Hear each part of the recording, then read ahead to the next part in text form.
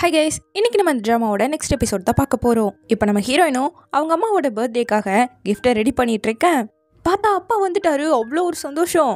Work இருக்குன்னு சொன்னீங்களே, வந்துட்டீங்களேன்னு கேட்கவும், அப்புறம் என் பொண்டாட்டி பர்த்டேக்கு நான் வராமல் இருப்பேனான்னு சொல்லிட்டு பிரேக்ஃபாஸ்ட் கூட அவரே ரெடி பண்ணிட்டு இருக்காரு.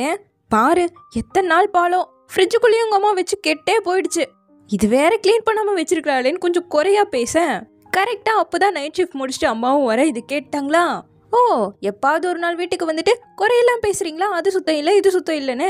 நான் ஒருத்தியும் வீட்டை பார்த்துக்கிட்டு பிள்ளைய பார்த்துக்கிட்டு வேலைக்கும் போயிட்டு வந்துட்டு இருக்கேன். நீங்க அப்பப்பா வந்துட்டு இதை வேற பேசுறீங்கன்னு சொல்லிட்டு பயங்கர சண்டை வந்துருச்சு. கட் பண்ணா ஜிங்ஷோட வீட்டுக்கு முன்னாடி தான் உட்காந்துட்டு இருக்கா. என்ன நீ காலங்காத்தால நைட் ட்ரெஸ் கூட மாத்தாம இங்க வந்து உட்காந்துட்டு இருக்கேன்னு கேட்க, இல்ல உன்னோட சேர்ந்து படிக்கலான்னு தான் வந்துன்னு போய் சொல்றா. உன் மூஞ்ச பார்த்தா நல்லா தெரியுது, படிக்கிறதுக்கெல்லாம் நீ வரல, உண்மை சொல்லுன்னு கண்ணத்தை கிள்ளி கேட்கவும், எங்க அம்மாவும் அப்பாவும் ஒரே சண்டையா போட்டுக்கிறாங்க, அதனால கொஞ்ச நேரத்துக்கு உன்னோட வீட்டுல இருந்துக்கிறேன்ட்டு வரா. இப்போ சாங்க்கு கால் பண்ணி ஹுவாக்கு உன்னோட ஹெல்ப் தேவைப்படுது, கொஞ்சம் சீக்கிரம் வாடான்னு கூப்பிட, அவனும் தூக்கத்துல அடிச்சு பிடிச்சு வரான்.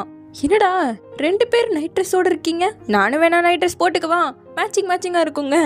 சாரி, காலங்காத்தால உங்களோட தூக்கத்தை வேற கெடுத்துட்டேன்னு கேட்கவும், இதெல்லாம் ஒரு பெரிய விஷயமா, சரி கதையை சொல்லுங்கிறான். என் அப்பா அம்மாவுக்காக பிரேக்ஃபாஸ்ட்லாம் ரெடி பண்ணிட்டு இருக்கும்போது என்னோட அம்மாவும் கரெக்டாக நைட் ஷிஃப்ட் முடிச்சுட்டு வந்தாங்க. கொஞ்சம் அது க்ளீன் இல்லை இது க்ளீன் என்னன்னு பேச பயங்கர சண்டை. என்னை என் அம்மா கஷ்டப்பட்டு பார்த்துக்கிறதால தான் இந்த சண்டையே, என்ன தான் சண்டையே போட்டுக்கிறாங்கன்னு ஃபீல் பண்ணேன். என்ன நீ என்னோட அப்பா அம்மா எப்படி சண்டை போட்டுக்குவாங்க தெரியுமா, சண்டை போடுறதும் சமாதானம் பண்ணுறதும் சண்டை போடுறதும் சமாதானம் பண்ணுறதுமே தான் என் அப்பாவுக்கு வேலை. அப்போது சாங்கோட வீட்டில் மட்டும் சண்டையே கிடையாதான்னு இவ கேட்கவும், எங்கள் வீட்டில் டெய்லி மார்னிங் என் அம்மா திட்டிக்கிட்டே இருப்பாங்க, என் அப்பா திட்டு வாங்கிக்கிட்டே இருப்பாருன்னு சொல்ல, அப்போது என் வீட்டில் மட்டும் சண்டை இல்லை, எல்லார் வீட்லேயும் தான் சண்டைன்ட்டு இருக்கா. பட் என்னதான் இருந்தாலும் சின்ன வயசில் அவங்க சந்தோஷமாக இருந்திருப்பாங்கல்ல, நல்லா ஜாலியாக எந்த கவலையும் இல்லாமல் இருந்திருப்பாங்கன்னு சொல்லிட்டு திரும்ப ஆல்பமை எடுத்து பார்க்க, ஜிங்ஷியோட அம்மா சாங் அப்பா எடுத்த ஃபோட்டோக்கு நல்லா ஸ்மைல் பண்ணிகிட்டு இருக்க. என்னடா உன் அப்பா ஏன் அம்மான்னு சொல்லிட்டு, ஒருவேளை இவங்க 2 பேரும் தான் சின்ன வயசில் லவ் பண்ணியிருப்பாங்களோங்கிற கோணத்தில் யோசிக்க ஆரம்பிச்சிட்டானுக்க.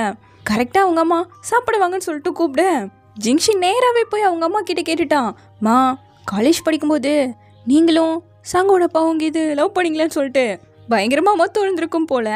இப்போ சாங்கோ கிளம்ப கரெக்டாக டியான் ஜிங்ஷி ஆல்பம் கேட்கவும் அதை எடுத்துகிட்டு வந்திருக்கான். சாங்கை பார்த்ததும் பிஎன்சியை பற்றியே திங்க் பண்ணிட்டுருக்கியா, படிடா, இதை படித்து கொஞ்சம் உன்னோட சென்ஸை வளர்த்திக்கோன்னு சொல்லிட்டு புக்கு கொடுத்துட்டு போயிட்டுருக்கான். அடுத்த நாள் ஹுவா அம்மாவோட பர்த்டே இன்னைக்கு. ஸோ வீட்டுக்குள்ளெல்லாம் அழகாக அலங்காரம் பண்ணிவிட்டு வெளியே கதவுல ஹுவாவை நானே கூப்பிட்டு போய்க்கிறேன் அப்படிங்கிற மாதிரி நேற்று சண்டை போட்டாங்கல்ல, ஸோ பிள்ளைய நானே நீ பார்த்துக்கிறேன்னு சொல்லி அப்போ ஒரு ஷீட்டை ஒட்ட வைக்கிறாரு. கேட்டால் என் பொண்டாட்டியை பற்றி எனக்கு தான் தெரியும்னு சொல்லிட்டு இப்போ அம்மா வரதுக்காக ஜன்னலில் பார்த்துக்கிட்டே வெயிட் பண்ணிட்டு இருக்காங்க. இப்போ அவங்க வந்ததும் ஓடி போய் ரெடியாக சர்ப்ரைஸ் பண்ணுறதுக்காக வெயிட் பண்ணிட்டு இருக்காங்க. வெளியே அம்மாவோ பிள்ளைய நானே பார்த்துக்கிறேன், நீ ஒன்றும் கவலைப்பட வேணாம், கூப்பிட்டு போய்க்கிறேன்னு எழுதியிருப்பார்ல, அதை பார்த்துட்டு பயங்கர அழுகாச்சு. ஐயோ என் புள்ளன்னு சொல்லிட்டு அவங்க கத்திக்கிட்டே ஓடுறாங்க. அப்புறம்தான் அப்பாவுக்கு தெரியுது நம்ம பிளான்லாம் ஊத்திக்கிச்சுன்னு சொல்லிட்டு லினான்னு 2 பேரும் பின்னாடியே ஓடுறாங்க. பர்த்டே அன்னைக்கு எப்படியா பண்ணணும், ஒரே அழுகையோட வீட்டுக்கு வராங்க. ஏன் எனக்கு பேனர் கூட வைக்கலன்னு சொல்லிட்டு சும்மா அழுதுகிட்டே இருக்காங்க. அப்போ கேக்கை பார்த்ததும் ஒரே ஹாப்பி ஆயிட்டாங்க. பிரின்சஸ் தீம்ல இருக்கக்கூடிய கேக்கு அதான் அம்மாவுக்கு ரொம்ப பிடிக்கும். ஆனா இவங்க வேற தான் ஆர்டர் பண்ணியிருப்பாங்க. திரும்பவும் நம்ம ஹீரோயின் போய் அவங்க அப்பா சொன்ன கேக்கையே ஆர்டர் பண்ணிட்டு வந்திருப்பா. அவங்க அப்பாவுக்கு தெரியாம இருக்குமா, கேக்கை பார்த்ததால அவங்களுக்கு அவ்வளோ ஒரு சந்தோஷம். ஹாப்பி பர்த்டே பாட்டெல்லாம் பாடிட்டு கிஃப்ட் எல்லாம் கொடுக்க அம்மா சந்தோஷமா இருக்காங்க. கட் பண்ண இப்போ ஜிங்ஷி ஹீரோயினை கண்ணை மூடி கூப்பிட்டு வந்துட்டு இருக்கான் சீக்ரெட் பிளேஸ்க்கு.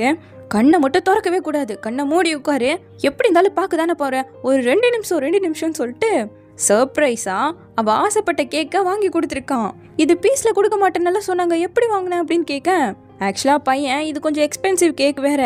சாங்கையும் டியானையும் கூப்பிட்டுட்டு போய், டேய் உன் அம்மாவுக்கு வாங்கி கொடுறா, ரொம்ப சந்தோஷப்படுவாங்க. டியான் நீயும் உன்னோட அப்பாவுக்கு கொடு, ஓவரா அவரை டென்ஷன் பண்றலன்னு சொல்லிட்டு ஏதோ இவனே காசு போட்டு அவங்க 2 பேருக்கு வாங்கி தர மாதிரி கூப்பிட்டு வந்துட்டு அவன் ஒரு பீஸ்க்கு மட்டும் காசு கொடுத்துட்டு மீதிக்கு நீங்க கொடுத்து வாங்கிக்கோங்களான்ட்டு போயிட்டான். பாவம் இருக்கிற தொடச்சு போட்டு இதுல 20 ரூபாய் கடன் வேற சொல்லிட்டு வந்திருக்கானுங்க. இதெல்லாம் ஹீரோயின்ட்ட சொல்லவா முடியும், எப்படியோ வாங்கினேன், உனக்கு பிடிச்சிருக்கல்லங்க. அவ கண்ணில இருந்து தண்ணியே வந்துருச்சு. எனக்கு பர்த்டே கூட இல்லை, எதுக்கு இந்த சர்ப்ரைஸ்ன்னு கேட்க, அதெல்லாம் இல்லைன்னா என்ன, விஷ் மேக் பண்ணுங்கிறா. அவ கண்ணை மூடி ப்ரே பண்ண அப்படியே சம்திங் ஒரு மாதிரி பார்க்குறான். தென் இப்போ ஊதி அனுப்பிச்சு சாப்பிட அவளுக்கு ரொம்ப பிடிச்சிருக்கு. அவனுக்கும் கொடுக்க, ஏய் நிஜமாவே நல்லா இருக்குடின்னு சொல்லிட்டு 2 பேரும் சந்தோஷமா ஷேர் பண்ணி சாப்பிட ஆரம்பிச்சிட்டாங்க. இங்கே டியானும் அவங்க அம்மாவுக்கு கொடுக்குறான், சாங்கும் அவங்க அம்மாவுக்கு கொண்டு வந்து கொடுக்குறான். அப்படியே ஒரு குட்டி ஃப்ளாஷ்பேக்கில் 3 பேரோட அம்மாக்களும் ஒரு பார்ட்டியை அட்டன் பண்ணுறாங்க. அந்த டைம்லேயே ஹுவாவோட அம்மாவும் அப்பாவும் லவ் பண்ணிட்டு தான் இருப்பாங்க போல. ஜிங்ஷியோட அப்பா அம்மா கொஞ்சம் தனியாக பேசணும்னு சொல்லிட்டு அவங்க 2 பேர் போயிட்டாங்க. இப்போ ஜிங்ஷியோட அப்பாவும் சாக்கருக்கு ஃப்யூச்சர் கிடையாதுன்னு சொன்னேன்ல, அதனால தான் நான் ஃபயர் டிபார்ட்மெண்ட்டில் ஜாயின் பண்ணியிருக்கேன், இப்போ நீ என்னை ஏற்றுப்பல அப்படி சொல்லிட்டு கேட்குறாரு. இந்த பக்கம் சாங்கோட அப்பா அவங்க அம்மா கிட்ட ஃபுல் ஃபோக்கஸில் அவங்க அம்மாவை தான் எடுத்து வச்சிருக்காரு. அப்போவே ஐயாவுக்கு ஸ்டார்ட் ஆகிடுச்சு லவ். அடுத்து ஹுவாவோட அம்மா அப்பா சும்மா ஜாலியாக அப்போவே டான்ஸ் எல்லாம் பண்ணிட்டு இருந்திருக்காங்க. அப்போ எப்படி லவ் அண்ட் கேரோட ஆரம்பிச்சாங்களோ இப்போ வர அதே லவ் அண்ட் கேரோட தான் இருக்காங்க. எத்தனை சண்டை போட்டாலும் இவங்க 2 பேரும் அப்படியே வீட்டுக்கு வர மழை பெய்ய ஆரம்பிச்சிருச்சு. அதே மாதிரி அந்த பார்ட்டியை முடிச்சுட்டு வரும்போதும் மழை பெய்ய, அந்த மழையால தான் இந்த 3 ஜோடியுமே ஒன்று சேர்ந்துருக்கு. சொல்லப்போனால் அந்த மழை தான் சேர்த்தியே வச்சிருக்கு. ஸோ இதெல்லாம் அழகாக நமக்கு காமிச்சிக்கிட்டே அந்த மழையை இவங்க 2 பேரும் ரசிச்சுட்டு இருக்காங்க. மழை நின்னதும் 2 பேரும் இப்போ வீட்டுக்கு வர அப்பா பார்த்துட்டு, பாரு தலையெல்லாம் நனைஞ்சு போயிருக்கு, சீக்கிரமான்னு சொல்லிட்டு கூட்டிகிட்டு வராரு. இந்த டைமில் அந்த பையனோட நீ என்ன பண்ணுறன்னு சொல்லி கேட்க, அவன் சாப்பிட வாங்கி கொடுத்தா எனக்கு எதுவுமே வேணாம், வயிறு கலக்குதுன்ட்டு ஓடிட்டு இருக்கா. அடுத்த நாள் பார்த்தா ஜிங்ஷியோட அப்பாவுக்கு டிரான்ஸ்ஃபர் கொடுத்துட்டாங்க. கொஞ்ச நாளைக்கு நான் வெளியூருக்கு போகணும், வேலை முடிச்சதும் வந்துடுவேன்னு சொல்லிட்டு ஜிங்ஷி கிட்ட, நான் இப்போ போகிறேன் இல்லையா, அந்த இடத்துக்கு பக்கத்தில் தான் ஸ்போர்ட்ஸ் யூனிவர்சிட்டியும் இருக்குது, உனக்காக அங்கே போய் பார்த்து வைக்கிறேன் அப்படின்னு சொல்லிட்டு கிளம்புறாரு. சும்மாலாம் இல்லை, நான் இல்லாததால் அம்மாவை நீ தான் பார்த்துக்கணும், ஸ்போர்ட்ஸ்லேயும் கான்சென்ட்ரேட் பண்ணணும், பார்த்து இருந்துக்கணும்னு சொல்லிட்டு கிளம்பிட. இவனுக்கு ஒரு மாதிரி வருத்தமாக இருக்குது, அப்பாவும் மிஸ் பண்ணுறான். இருடாவும் அப்பாவும் கிளம்பிட்டாரா, எப்போ திரும்ப வருவாருன்னு கேட்க தெரியலங்கிறான். அப்போது அப்பா எப்போ திரும்ப வர போகிறாங்க அப்படிங்கிற கேள்வியை கேட்கறதுக்கு எனக்கு மட்டும் பயம் இல்லை, எல்லாருக்குமே இந்த பயம் இருக்குல்லன்னு சொல்லிட்டு வீட்டுக்கு வர இவளோட அப்பாவும் பேக் பண்ணி வச்சிருக்காரு கிளம்புறதுக்காக. ஸோ இவளும் அவங்க அப்பா கிட்ட எப்போ வர போறீங்கிற கேள்வியே கேட்காம அவரோட நல்லா சந்தோஷமாக ஃபோட்டோஸ் எல்லாம் எடுத்துக்கிட்டு ஜாலியாக என்ஜாய் பண்ணுறா. அப்படியே கட் பண்ண இப்போ 12th என்ட்ரன்ஸ் எக்ஸாம் வரப்போகுது. அதுக்கு இன்னும் 275 நாள் இருக்குது. இப்போ இருந்தே படிக்க ஆரம்பித்தா தானே நல்ல மார்க் எடுக்க முடியும். ஸோ விளையாட்டுத்தனத்தெல்லாம் மூட்டை கட்டி வச்சுட்டு பசங்க எல்லாரும் படிக்கிறதுக்கு ஆரம்பிச்சிட்டாங்க.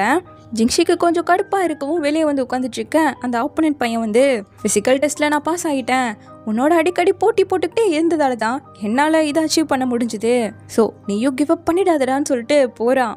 இந்த பக்கம் ஜிங்ஷியோட அம்மாவுக்கு பையன் வேற விளையாட்டுத்தனமாகவே இருக்கான், இந்த வருஷம் என்ட்ரன்ஸ் எக்ஸாம் வேறு வரப்போகுதில்ல, அதனால டியூஷனுக்கு ஏதாவது சேர்க்கலாமா அப்படிங்கிற மாதிரி யோசிக்கிறாங்க. அப்படியே இப்போது ஸ்கூலில் காட்ட ஒரு பொண்ணு ஆர்ட்ஸ்க்கே ட்ரான்ஸ்ஃபர் வாங்கி போயிடுச்சு, படிக்கிறது கஷ்டமாக இருக்கும் இல்லையா.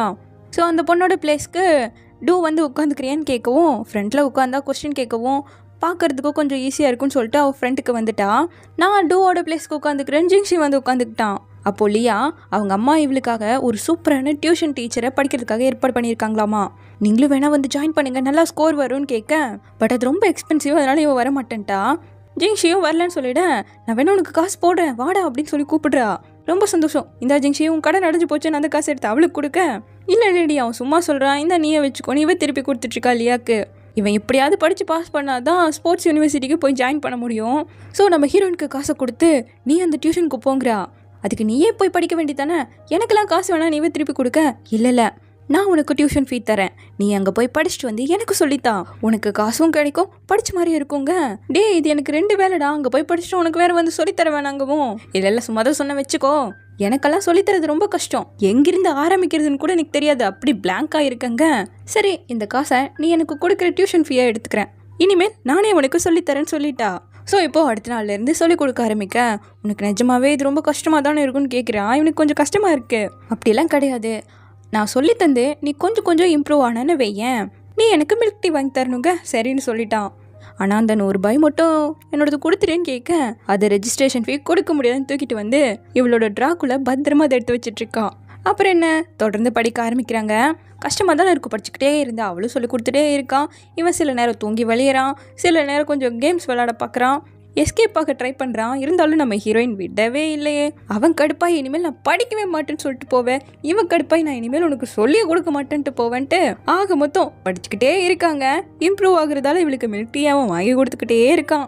டயர்டில் ஸ்கூலில் அப்படியே லைட்டாக கண்ணு மூட இவன் பார்க்கவும், என்ன பார்க்காத படி அப்படின்னு சொல்லிட்டு இருக்கான். ஒரே ஆட்டம் பாட்டம் கொண்டாட்டம் தான், அந்த அளவுக்கு இம்ப்ரூவ் ஆகிட்டு இருக்கான் பையன். ஸோ இத்தனை மில்க் டீ வாங்கி கொடுத்துட்டு போகிற ஒட்டுக்கா இவன் நல்லா படிக்கிறதால இவளுக்கும் சந்தோஷம். அதிகமாக சொல்லி கொடுத்துட்டே இருந்தாப்பா அவள் டயர்டும் ஆவா இல்லையா.